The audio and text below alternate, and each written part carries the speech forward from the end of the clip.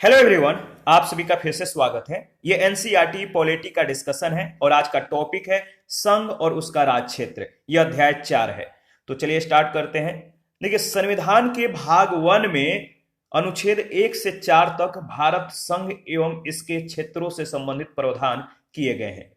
अनुच्छेद 1 सब क्लाउज 1 के अनुसार अगर बात करें, यानी अनुच्छेद 1 के अनुसार अगर बात करें, तो भारत यानी इंडिया राज्यों का संघ होगा, यूनियन होगा।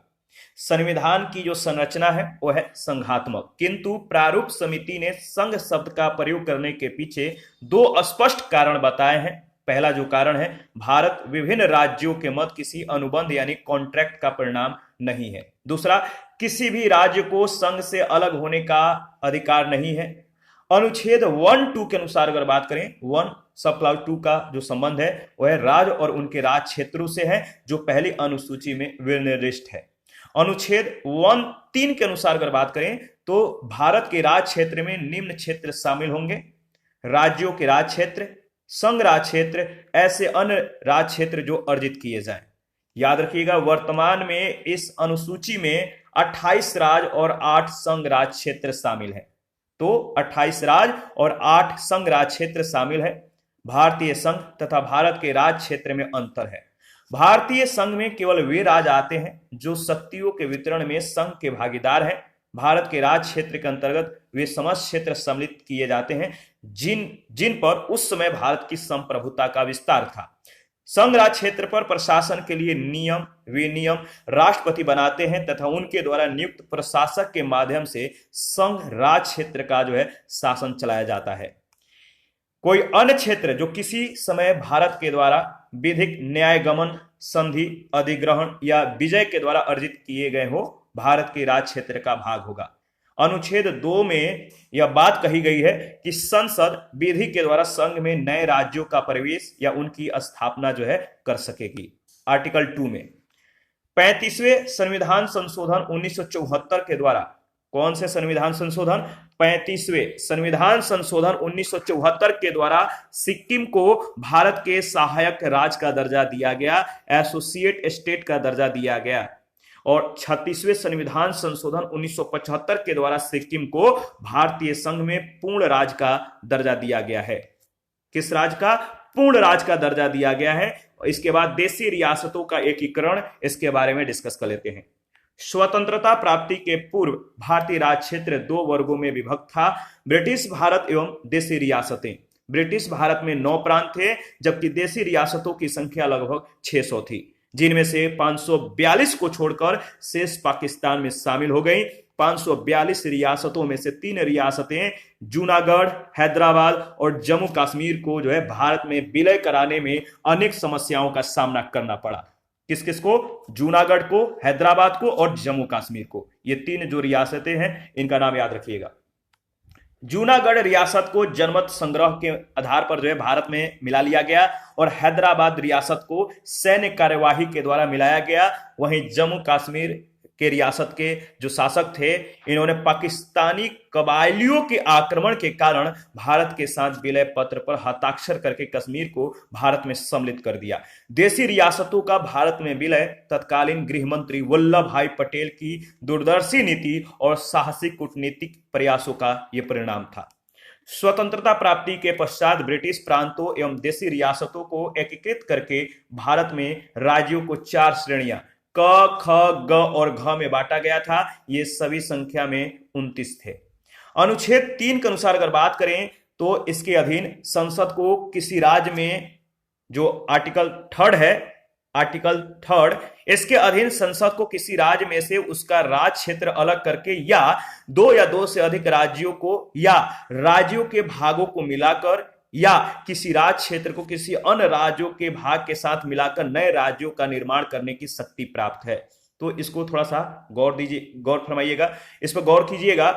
आर्टिकल जो 3 है, कह रहा है कि इसके अधीन अगर बात की जाए, इसमें जो प्रावधान है कि संसद को किसी राज्य में, जो संसद है, संसद को किसी राज्य में से उसका राज क्षेत्र अलग करके या 2 या 2 से अधिक राज्यों को या राज्यों के भागों को मिलाकर अथवा किसी राज्य क्षेत्र को किसी अन्य राज्य के भाग के साथ मिलाकर नए राज्यों का निर्माण करने की शक्ति प्राप्त है। संसद विधि के द्वारा किसी राज्य क्षेत्र को घटाया या बढ़ा सकती है या किसी अन्य राज्य की सीमाओं में या उसके नाम में भी परिवर्तन कर सकती है।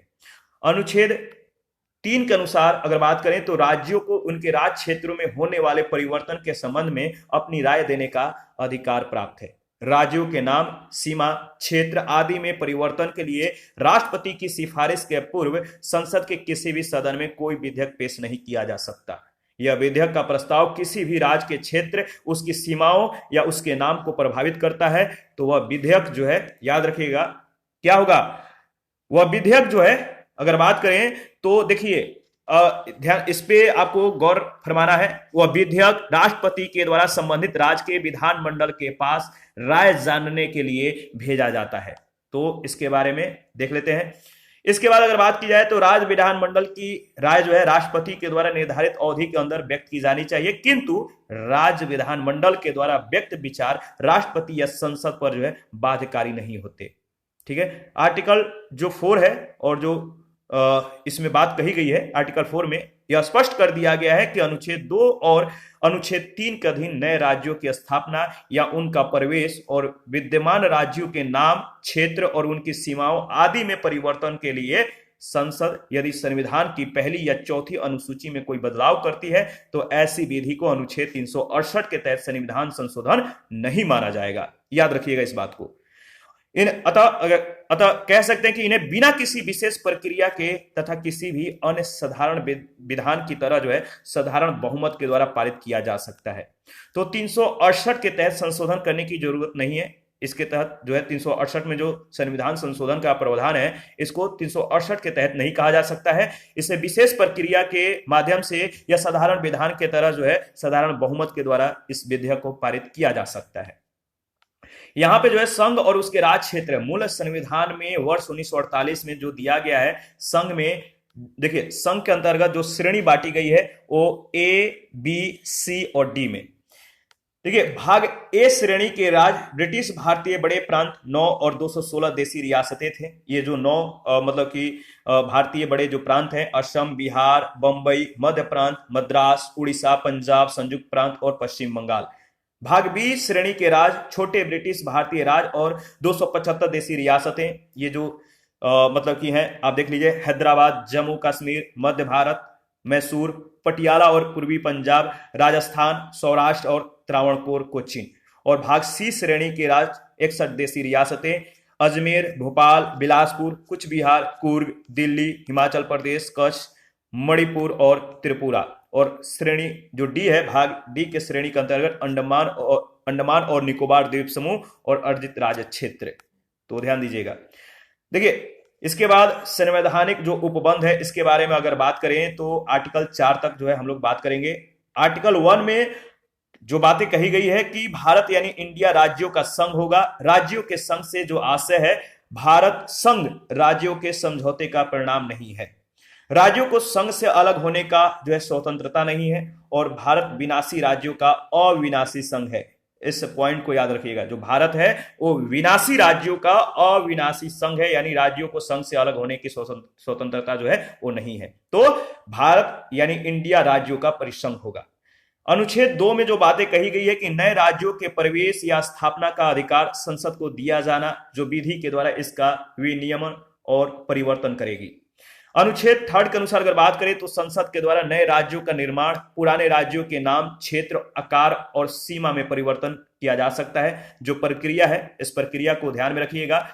प्रक्रिया है उस विधेयक को पेश करने के लिए राष्ट्रपति की अनुशंसा आवश्यक है। अगर आर्टिकल 3 के तहत संसद के द्वारा नए राज्यों का निर्माण, पुराने राज्यों के नाम, क्षेत्र या आकार या सीमा में कोई परिवर्तन होता है तो उसे कुछ प्रक्रियाओं से गुजरना होगा। उस विधेयक को पेश करने के लिए राष्ट्रपति की अनुशंसा जो है आवश्यक होगी। राष्ट्रपति उस विधेयक को संबंधित राज्य की राय जानने के लिए प्रेषित करेगा और इसके लिए एक निश्चित समय सीमा का निर्धारण करेगा। राज्य विधानमंडल की राय बाध्यकारी नहीं है, यह मात्र औपचारिकता है। यदि संसद राज्य विधानमंडल की राय जानने के बाद विधेयक में किसी प्रकार का परिवर्तन करती है तो उसे दोबारा जो है राज्य विधानमंडल के पास भेजा जाना आवश्यक नहीं है, उसे उसी रूप में जो है पारित मान लिया जाएगा। अनुच्छेद 4 के तहत अगर बात करें तो देखिए ऐसी कोई भी विधि अनुच्छेद 368 के प्रयोजनों के लिए इस संविधान का संशोधन नहीं समझा जाएगा।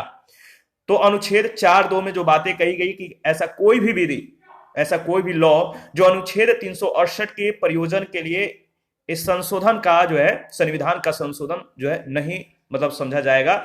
इसका तात्पर्य है कि ऐसे विधेयक को सामान्य बहुमत से पारित किया जा सकेगा, और सामान्य बहुमत से जो आशय है वो यह है कि उपस्थित और मत देने वाले सदस्यों का बहुमत प्राप्त होना चाहिए। इसके बाद भारत राज्यों का पुनर्गठन जो है, इसके बारे में देख लेते हैं। तो किस राज्य का पुनर्गठन कब हुआ है, डेट दिया गया है मैप में। आप जो है एक बार एनालिसिस करके मैप को जो है आप अगर आपके पास जो मैप है आप उसमें भी इंडिकेट कर सकते हैं, इससे आपको रिवीजन हो जाएगा। तो लद्दाख का जो मतलब कि पुनर्गठन जो डेट है वो है 31 अक्टूबर 2019, जम्मू कश्मीर का 31 अक्टूबर 2019, हिमाचल प्रदेश का 25 जनवरी 1971, उत्तराखंड का 9 नवंबर 2000। ठीक है, इसके बाद आप देख सकते हैं कि यूटी जो दिल्ली है 1956 और एनसीटी जो है 1992, सिक्किम आप देख सकते हैं, मेघालय 21 जनवरी 1972। तो आप एक बार पूरे तरह से जो है इसको मतलब कि एनालिसिस करके आगे बढ़िएगा। यहां पे जो इंपॉर्टेंट है कि दादरा व नगर हवेली और दमन दीव का जो विलय है, संसद ने लोकसभा में 27 नवंबर 2019 को तथा राज्यसभा में 3 दिसंबर 2019 को पारित दादरा व नगर हवेली तथा दमन व दीव यानी केंद्र शासित प्रदेशों का जो विलय है विधेयक 2019 के माध्यम से उपयुक्त दोनों केंद्र शासित प्रदेशों का विलय कर दिया गया है। यह पुनर्गठन 26 जनवरी 2020 से प्रभावी होगा। अब नए केंद्र शासित प्रदेश का नाम दादरा व नगर हवेली तथा दमन व दीव होगा और इसकी राजधानी दमन होगी। ठीक है, और यहाँ पे अंडमान निकोबार द्वीप समूह का जो पुनर्गठन दिवस है वो है आपका 1 नवंबर 1956। आगे बढ़ते हैं। ठीक है, कुछ यहाँ पे मामला दिया गया बेरूबारी संघ। बेरूबारी संघ क्या है? अगर बात की जाए तो बेरूबारी संघ के मामले में सर्वोच्च न्यायालय ने विचार व्यक्त किया कि संविधान संशोधन के पश्चात ही कोई राज्य क्षेत्र किसी अन्य राष्ट्र को सौंपा जा सकता है। 9वें संविधान संशोधन 1960 के द्वारा बेरूबारी राज्य क्षेत्र पाकिस्तान को सौंप दिया गया और 100वें यानी 100वें संविधान संशोधन 2015 के द्वारा कुछ भारतीय क्षेत्र बांग्लादेश को सौंप दिए गए। भारत की पूर्व प्रधानमंत्री इंदिरा गांधी और बांग्लादेश के तत्कालीन प्रधानमंत्री शेख मुजीबुर रहमान के द्वारा जो है शेख मुजीबुर रहमान के द्वारा 16 मई 1974 को सीमा समझौता किया गया था। किस किस के बीच? इंदिरा गांधी और बांग्लादेश के तत्कालीन जो प्रधानमंत्री थे शेख मुजीबुर रहमान, इन दोनों के बीच 16 मई 1974 को एक सीमा समझौता हुआ। इस समझौते से भारत के 4 राज्य कौन कौन? पश्चिम बंगाल, त्रिपुरा, मेघालय और असम की कुल 10,500 वर्ग किलोमीटर क्षेत्र बांग्लादेश को और लगभग 6,000 वर्ग किलोमीटर क्षेत्र भारत को बांग्लादेश से जो है प्राप्त हुआ।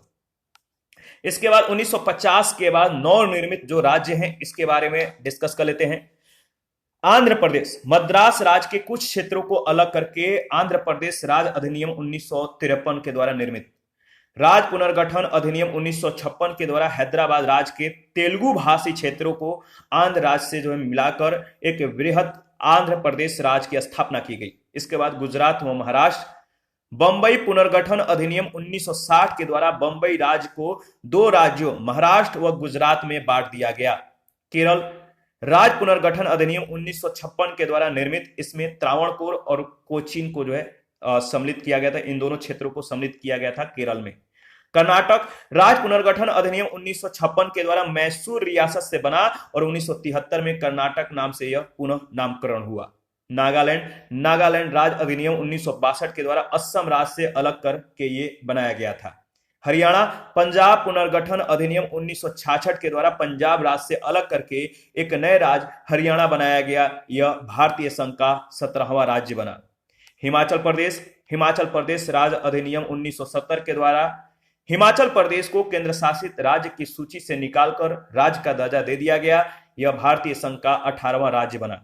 मणिपुर तथा त्रिपुरा उत्तर पूर्वी क्षेत्र पुनर्गठन अधिनियम 1971 के द्वारा इन दोनों ही केंद्र शासित प्रदेशों को मणिपुर को 19वां और त्रिपुरा को 20वां राज्य का दर्जा दे दिया गया। मेघालय को 22वें संविधान संशोधन 1969 के द्वारा पहले असम राज्य के अंदर ही उप राज्य के रूप में जो है इसे बनाया गया। और 1971 में उत्तर पूर्वी क्षेत्र पुनर्गठन अधिनियम 1971 के द्वारा जो है इसे एक पूर्ण राज्य का दर्जा दे दिया गया।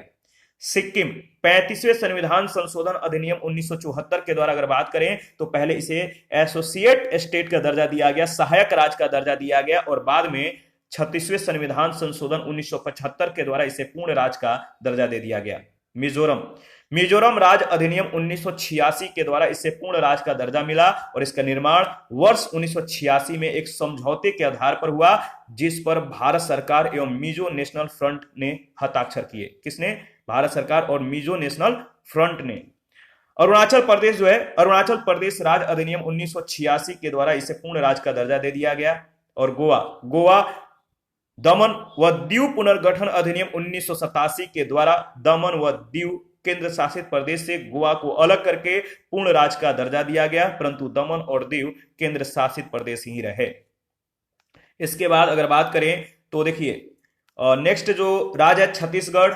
1 नवंबर 2000 को संविधान संशोधन अधिनियम 2000 के द्वारा मध्य प्रदेश को विभाजित करके अलग छत्तीसगढ़ राज्य बनाया गया और यह भारत का 26वां राज्य बना। उत्तरांचल 9 नवंबर 2000 को संविधान संशोधन अधिनियम 2000 के द्वारा उत्तर प्रदेश को विभाजित करके उत्तरांचल राज्य बनाया गया, जो देश का 27वां राज्य बना और वर्तमान समय में इसका नाम उत्तराखंड है। झारखंड 15 नवंबर 2000 को संविधान संशोधन अधिनियम 2000 के द्वारा बिहार को विभाजित करके एक नया राज्य झारखंड का निर्माण किया गया। तेलंगाना जो है आंध्र प्रदेश पुनर्गठन अधिनियम 2014 के द्वारा 2 जून को आंध्र प्रदेश के विभाजन स्वरूप तेलंगाना भारत के 29वें राज्य के रूप में अस्तित्व में आया। याद रखिएगा। राज्यों को विशेष दर्जा, इसके बारे में डिस्कस करते हैं।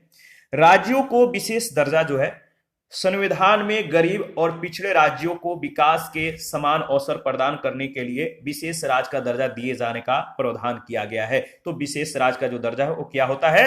तो जो राज्य हैं, जो गरीब हैं, पिछड़े हैं, इनके विकास के अवसर प्रदान करने के लिए विशेष राज्य का दर्जा दिए जाने का संविधान में प्रावधान किया गया है। और राज्यों को विशेष राज्य का दर्जा मिलने के पश्चात उसे केंद्र की तरफ से विशेष वित्तीय सहायता दी जाती है। और राज्यों के लिए विशेष राज्य का दर्जा देने का जो प्रस्ताव है गॉडगिल फॉर्मूले, याद रखिए किसके फॉर्मूले? गॉडगिल फॉर्मूले के आधार पर प्रारंभ किया गया। किसी राज्य को विशेष राज्य का दर्जा देने के कुछ जो प्रावधान है देख लेते हैं। जैसे पहला है सामरिक दृष्टि से राज्य का महत्व, राज्य के पर्वतीय तथा दुर्गम अवस्थिति, न्यूनतम जनसंख्या घनत्व और आर्थिक तथा बुनियादी सुविधाओं के दृष्टि से राज्य का पिछड़ापन, तभी किसी राज्य को विशेष राज्य का दर्जा दिया जाता है। तो कुछ प्रावधान किए गए हैं। विशेष राज्य को राज्य का जो दर्जा दिया गया, जो राज्य हैं जिनको विशेष राज्य का दर्जा दिया गया, जैसे असम को 1969 में दिया गया, नागालैंड को भी 1969 में, हिमाचल प्रदेश 1971, ये सभी विशेष राज्य के दर्जे वाले राज्य हैं, नाम याद रखिएगा। इसके बाद मणिपुर है 1972 में, मेघालय 1972, त्रिपुरा 1972, सिक्किम 1975-76 में, मिजोरम 1986-87, अरुणाचल प्रदेश 1986-87 और उत्तराखंड जो है 2001। तो पूरे 10 राज्य हैं जिनको विशेष राज्य का दर्जा दिया गया है। इसके बाद केंद्र शासित प्रदेशों का जो गठन है इसके बारे में डिस्कस कर लेते हैं। ब्रिटिश शासनकाल में वर्ष 1874 में कुछ अनुसूचित जिले बनाए गए, बाद में इन्हें मुख्य आयुक्त के क्षेत्र के नाम से भी जाना जाने लगा। स्वतंत्रता के बाद इन्हें भाग ग और घ राज्यों के श्रेणी में रखा गया। वर्ष 1956 में 7वें संविधान संशोधन अधिनियम व राज्य पुनर्गठन अधिनियम के तहत इन्हें केंद्र शासित प्रदेशों के रूप में पुनर्गठित किया गया। बाद में कुछ केंद्र शासित प्रदेशों को पूर्ण राज्य का दर्जा मिल गया। हिमाचल प्रदेश, मणिपुर, त्रिपुरा, मिजोरम, अरुणाचल प्रदेश व गोवा प्रारंभ में केंद्र शासित प्रदेश थे, लेकिन अब ये सभी पूर्ण राज्य हैं। दूसरी ओर पुर्तगालियों से वापस लिए गए क्षेत्र गोवा, दमन व दीव, दादरा व नगर हवेली तथा फ्रांसीसियों से वापस लिए गए क्षेत्र केंद्र शासित प्रदेश बनाए गए। याद रखिएगा। इसके बाद अगर बात करें तो देखिए भारत के 8 केंद्र शासित जो प्रदेश हैं, दिल्ली है, लक्षद्वीप है, पुदुचेरी है, चंडीगढ़ है, दादरा व नगर हवेली तथा दमन व दीव है, अंडमान निकोबार द्वीप समूह, जम्मू कश्मीर और लद्दाख है। ये 8 केंद्र शासित प्रदेश हैं, तो आपको ध्यान में रखना है। 1973 तक लक्षद्वीप को जो है लक्काद्वीप, मिनिकॉय और अमीनी द्वीप के नाम से जाना जाता था। 1992 से दिल्ली को राष्ट्रीय राजधानी क्षेत्र दिल्ली के रूप में जाना जाने लगा और वर्ष 2006 तक पुदुचेरी को पौंडीचेरी के नाम से जाना जाता था। केंद्र शासित प्रदेशों के गठन के जो कारण है पहला है राजनीतिक व प्रशासनिक कारण, जिसमें दो नाम आता है दो राज्यों का, वह है दिल्ली एवं चंडीगढ़। इसके बाद सांस्कृतिक जो विभिन्नताएं हैं वह है पुदुचेरी, दादरा व नगर हवेली और दमन दीव। सामरिक महत्व से रिलेटेड जो मतलब कि राज्य हैं वह है जम्मू कश्मीर, लद्दाख, अंडमान निकोबार द्वीप समूह और लक्षद्वीप। और पिछड़े एवं अनुसूचित जनजातियों के लिए विशेष व्यवहार व देखभाल जो है वह है मिजोरम, मणिपुर, त्रिपुरा, अरुणाचल प्रदेश। ये बाद में पूर्ण राज्य बन गए। इसके बाद अगर बात करें तो राज्य पुनर्गठन से संबंधित आयोग व समितियां, तो इन सभी के बारे में बारी बारी से डिस्कस करेंगे। पहला जो आयोग है वह है धर आयोग। धर आयोग स्वतंत्रता प्राप्ति के साथ ही भाषाई आधार पर राज्यों का पुनर्गठन की मांग को ध्यान में रखते हुए संविधान सभा के जो अध्यक्ष थे डॉक्टर राजेंद्र प्रसाद, डॉक्टर राजेंद्र प्रसाद ने 27 नवंबर 1947 को न्यायमूर्ति एस.के. धर के अध्यक्षता में भाषाई प्रांत आयोग का जो है गठन किया। भाषाई आधार पर राज्यों के पुनर्गठन के प्रश्न पर एस.के. धर आयोग ने अपने सिफारिशों में कहा कि राज्यों का पुनर्गठन भाषाई आधार पर न होकर प्रशासनिक सुविधा के आधार पर होना चाहिए। इसके बाद जेवीपी कमेटी, जेवीपी जो कमेटी है, जो समिति है, इसके बारे में देख लेते हैं। धर आयोग के सिफारिशों के बाद जो है भाषाई आधार पर राज्यों के पुनर्गठन का आंदोलन और भी तीव्र हो गया, जिसके समाधान के लिए कांग्रेस ने जेवीपी समिति का गठन दिसंबर 1948 में किया। जेवीपी समिति ने अपनी सिफारिश अप्रैल 1949 में सरकार के समकक्ष जो है पेश किया था। ये जे भी और पी का मतलब क्या है? जे से जवाहरलाल नेहरू, भी से वल्लभ भाई पटेल और पी से पट्टाभी सीतारामैया, याद रखिएगा। और ये तीनों सदस्य शामिल थे इस कमेटी में। और इस समिति ने अपनी सिफारिश में क्या कहा? इस समिति ने अपनी सिफारिश में कहा कि भाषाई आधार पर राज्यों के पुनर्गठन को तत्कालीन समय में अव्यवहारिक बताया। भाषाई राज्य पुनर्गठन आंदोलन के दौरान ही 56 दिनों की भूख हड़ताल के बाद पोट्टी श्रीरामुलु, याद रखिएगा कौन? पोट्टी श्रीरामुलु, ये कांग्रेसी थे, इनका निधन हो गया 56 दिनों के भूख हड़ताल के बाद, जिसके बाद अक्टूबर 1953 में भारत सरकार को विवश होकर भाषाई आधार पर राज्य के गठन की मांग को स्वीकार करना पड़ा और मद्रास से तेलुगु भाषी क्षेत्रों को अलग करके एक नए राज्य आंध्र प्रदेश का गठन किया गया। इसके बाद मद्रास प्रांत के बचे हुए क्षेत्र को तमिल भाषी राज्य के रूप में रखा गया और सन 1969 में इसका नाम तमिलनाडु कर दिया गया। इसके बाद फजल अली आयोग, फजल अली आयोग के बारे में देख लेते हैं। अक्टूबर 1953 में नए राज्य आंध्र प्रदेश के भाषाई आधार पर गठन के पश्चात जो है भाषाई राज्य के पुनर्गठन की मांग और अधिक तीव्र हो गई। तो भाषाई आधार पर जो राज्यों का पुनर्गठन का मांग था वो अधिक तीव्र हो गया, जिसके पश्चात भारत सरकार ने दिसंबर 1953 में फजल अली की अध्यक्षता में एक 3 सदस्यीय राज्य पुनर्गठन आयोग बनाया। आयोग के अन्य 2 सदस्यों में के.एम. पणिकर और एच.एन. कुंजरू सम्मिलित थे। कौन कौन? के.एम. पणिकर और के.एन. कुंजरू। फजल अली आयोग ने वर्ष 1955 में सरकार को अपनी जो है सिफारिशें सौंपी, जिनमें प्रमुख प्रावधान निम्नलिखित थे। किसी नए राज्य के गठन में राष्ट्रीय सुरक्षा, वित्तीय व प्रशासनिक कुशलता को अधिक महत्व दिया जाना चाहिए। भाषाई आधार पर प्रांतों का पुनर्गठन तार्किक रूप से व्यवहारिक नहीं है। सामान्यतः ऐसा कोई राज्य बनाना जो है असंभव है जो पूर्णतः एक भाषी हो। भाषाई व सांस्कृतिक एकरूपता। इसके बाद राज्यों का वर्गीकरण भाग क, ख, ग और घ आदि में करना अनावश्यक है, इन्हें एक भाग में सम्मिलित किया जाए। फजल अली आयोग की अनुशंसा के आधार पर भारत में 16 नए राज्यों के निर्माण की सिफारिश की गई तथा 3 नए संघ शासित क्षेत्रों के निर्माण की अनुशंसा की गई। सरकार के द्वारा 1956 में आयोग की अनुशंसाओं में कुछ परिवर्तन करते हुए इन सिफारिशों को स्वीकार कर लिया गया और परिणाम स्वरूप 1 नवंबर 1956 को 14 नए राज्य और 6 नए संघ शासित क्षेत्रों का निर्माण किया गया। ये 14 जो नए राज्य हैं कौन कौन से थे और 6 केंद्र शासित जो प्रदेश थे वो कौन कौन से थे, याद रखिएगा। तो असम था, बिहार, बंबई, जम्मू कश्मीर, पंजाब, उत्तर प्रदेश, मध्य प्रदेश, केरल, मद्रास, मैसूर, उड़ीसा, पश्चिम बंगाल, राजस्थान और आंध्र प्रदेश। ये 14 नए राज्य थे और जो 6 केंद्र शासित प्रदेश हैं दिल्ली, हिमाचल प्रदेश, मणिपुर, त्रिपुरा, अंडमान निकोबार द्वीप समूह, लक्षद्वीप, मिनिकॉय और अमीनी द्वीप समूह। आंध्र प्रदेश राज्य पुनर्गठन अधिनियम 2014, इसके बारे में डिस्कस कर लेते हैं। सामान्यतः देखिए तेलंगाना विधेयक के नाम से विदित इस विधेयक के माध्यम से आंध्र प्रदेश को 2 भागों आंध्र प्रदेश और तेलंगाना में विभाजित किया गया है। फलस्वरूप तेलंगाना राज्य 2 जून 2014 से अस्तित्व में आ गया। आंध्र प्रदेश राज्य अधिनियम 1953 के द्वारा भारत में भाषा के आधार पर प्रथम राज्य का निर्माण किया गया। आंध्र प्रदेश जिसमें मद्रास राज्य तमिलनाडु के तेलुगु भाषी क्षेत्र शामिल किए गए। कुर्नूल आंध्र प्रदेश राज्य की राजधानी थी, जबकि गुंटूर में राज्य का उच्च न्यायालय जो है स्थापित था। इसके बाद अगर बात करें तो याद रखिएगा, राज्य पुनर्गठन अधिनियम 1956 के द्वारा हैदराबाद राज्य के तेलुगु भाषी क्षेत्रों को आंध्र राज्य में मिलाकर वह बृहद आंध्र प्रदेश राज्य की स्थापना की गई और राज्य की राजधानी हैदराबाद जो है स्थानांतरित की गई।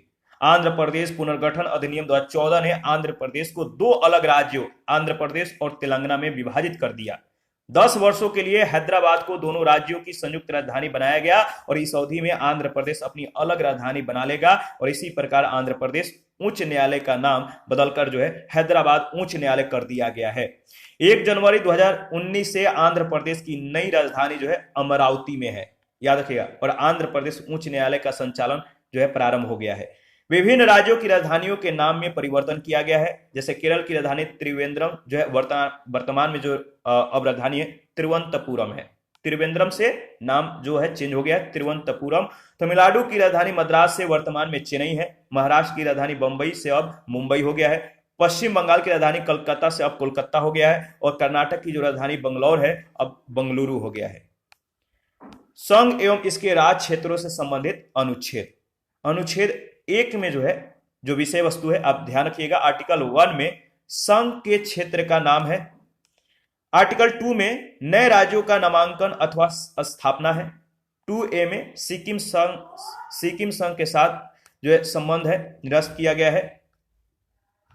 ठीक है, जो आर्टिकल 3 है इसमें जो प्रावधान है नए राज्यों की स्थापना और वर्तमान राज्यों के क्षेत्रफल, सीमा और नामों में परिवर्तन। आर्टिकल 4 में जो प्रावधान है अनुच्छेद 2 और 3 के अंतर्गत बनाए गए कानून जिनके द्वारा पहली और चौथी अनुसूची एवं पूरक, अनुसांगिक एवं अनुवर्ती मामलों में संशोधन किया जा सके।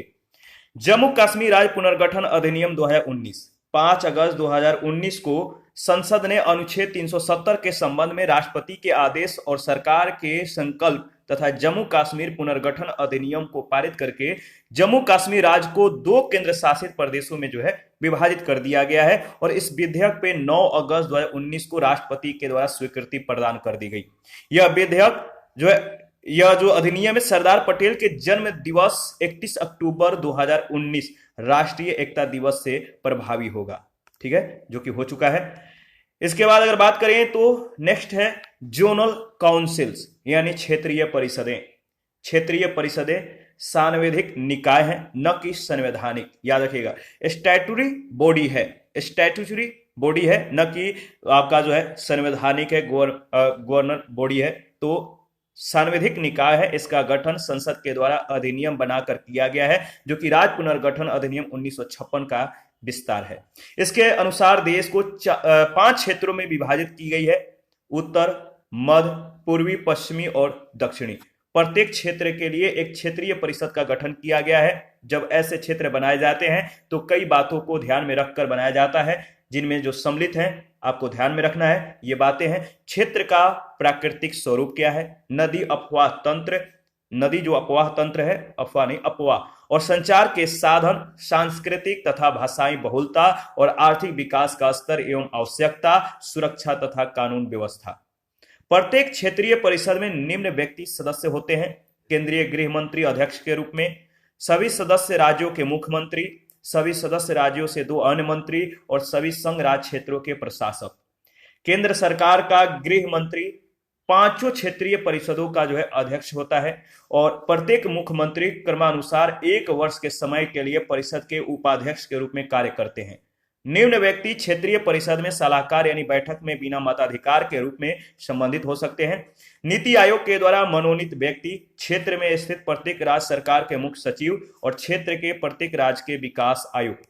क्षेत्रीय परिषदों का उद्देश्य राज्यों, केंद्र शासित प्रदेशों तथा केंद्र के बीच सहभागिता और समन्वय को बढ़ावा देना है।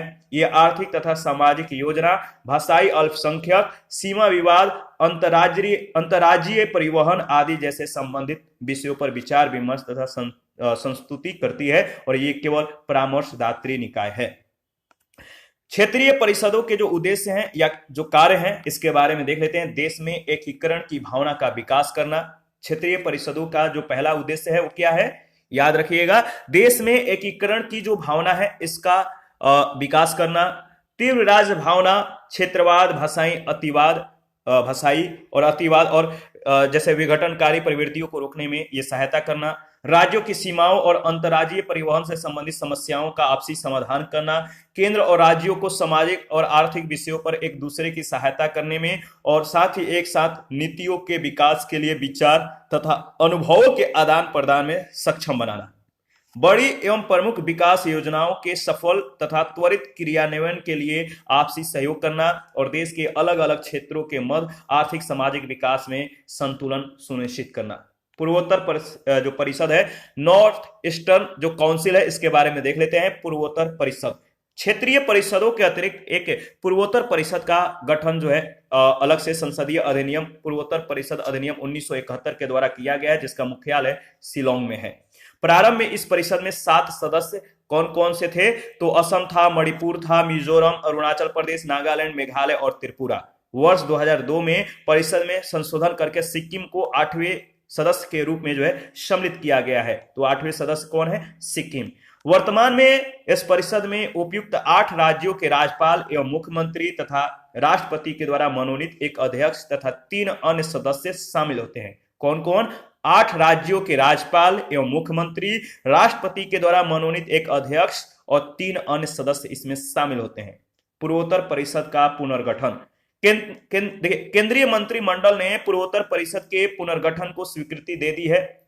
इस नई व्यवस्था के अंतर्गत पूर्वोत्तर परिषद के अध्यक्ष केंद्रीय गृह मंत्री होंगे और पूर्वोत्तर क्षेत्र के विकास राज्य मंत्री उपाध्यक्ष होंगे तथा पूर्वोत्तर राज्यों के राज्यपाल और मुख्यमंत्री इसके सदस्य होंगे। पूर्वोत्तर परिषद समय समय पर विभिन्न परियोजनाओं और योजनाओं के कार्यान्वयन की समीक्षा करेगी तथा इनके संबंध में राज्यों के मध्य समन्वय के लिए प्रभावी उपायों की अनुशंसा करेगी और इस परिषद को केंद्र सरकार के द्वारा दी गई शक्तियां प्राप्त होंगी तथा परिषद सिक्किम के मामले में विशेष परियोजनाएं और योजनाएं बनाएगी। जो क्षेत्रीय परिषद हैं, इन क्षेत्रीय परिषदों का मुख्यालय और इन क्षेत्रीय परिषदों से जो संबंधित राज्य हैं कौन कौन है देख लेते हैं। उत्तरी क्षेत्रीय परिषद का मुख्यालय नई दिल्ली है। इसमें जो शामिल राज्य और संघ राज्य क्षेत्र हैं वो है जम्मू कश्मीर, हिमाचल प्रदेश, हरियाणा, पंजाब और याद रखिएगा राजस्थान, दिल्ली तथा चंडीगढ़। इसके बाद दूसरा जो है केंद्रीय क्षेत्रीय परिषद का जो मुख्यालय इलाहाबाद में है और शामिल राज्य एवं संघ राज्य क्षेत्र जो है उत्तर प्रदेश, उत्तराखंड, मध्य प्रदेश और छत्तीसगढ़। पूर्वी क्षेत्रीय परिषद के जो मुख्यालय है कोलकाता है और शामिल जो राज्य एवं संघ राज्य क्षेत्र हैं बिहार, झारखंड, पश्चिम बंगाल, उड़ीसा और सिक्किम। पश्चिमी क्षेत्रीय परिषद का मुख्यालय मुंबई है। इसमें जो शामिल राज्य और संघ राज्य क्षेत्र जो है वह गुजरात, महाराष्ट्र, गोवा, दादरा व नगर हवेली तथा दमन व दीव। दक्षिणी क्षेत्रीय परिषद का मुख्यालय चेन्नई है। इसमें जो शामिल है आंध्र प्रदेश, कर्नाटक, तमिलनाडु, केरल, पुदुचेरी और तेलंगाना। भारत के 28 राज्य और 8 केंद्र शासित जो प्रदेश हैं, इनकी राजधानी, भाषा, जिलों की संख्या, क्षेत्रफल जो है दिया गया है, याद रखिएगा। और साथ ही भारत के कुल क्षेत्रफल में जो इनका हिस्सा है, कितना % हिस्सा है, ये सभी इंफॉर्मेशन यहाँ पे दिया गया है। तो 28 राज्य और 8 केंद्र शासित प्रदेशों का पूरा डेटा है, आप एक बार जो है देख लीजिएगा और आप अपने राज्यों के बारे में जो है जो आपके राज्यों का जो डेटा है वो आप कमेंट करके बताइएगा आप किस राज्य से बिलोंग करते हैं, यहाँ पे आपको कमेंट करना है। और इसके बाद केंद्र शासित प्रदेश का जो है यहाँ पे नाम है, राजधानी है, जिलों की संख्या और क्षेत्रफल। तो यहाँ पे आप याद रखिएगा जम्मू कश्मीर में जिलों की संख्या सबसे ज्यादा है, 22 है। इसके बाद दिल्ली में है, आप ध्यान रखिएगा, और कुल जिले 732 है। इसी के साथ आज का सेशन समाप्त करते हैं। नेक्स्ट सेशन में नागरिकता यानी सिटीजनशिप के बारे में डिस्कस करेंगे। आप अपना प्रतिक्रिया दीजिए, आपके प्रतिक्रियाओं का हमें बेसब्री से इंतजार रहता है। थैंक यू, मिलते हैं नेक्स्ट सेशन में, अभी के लिए इतना ही।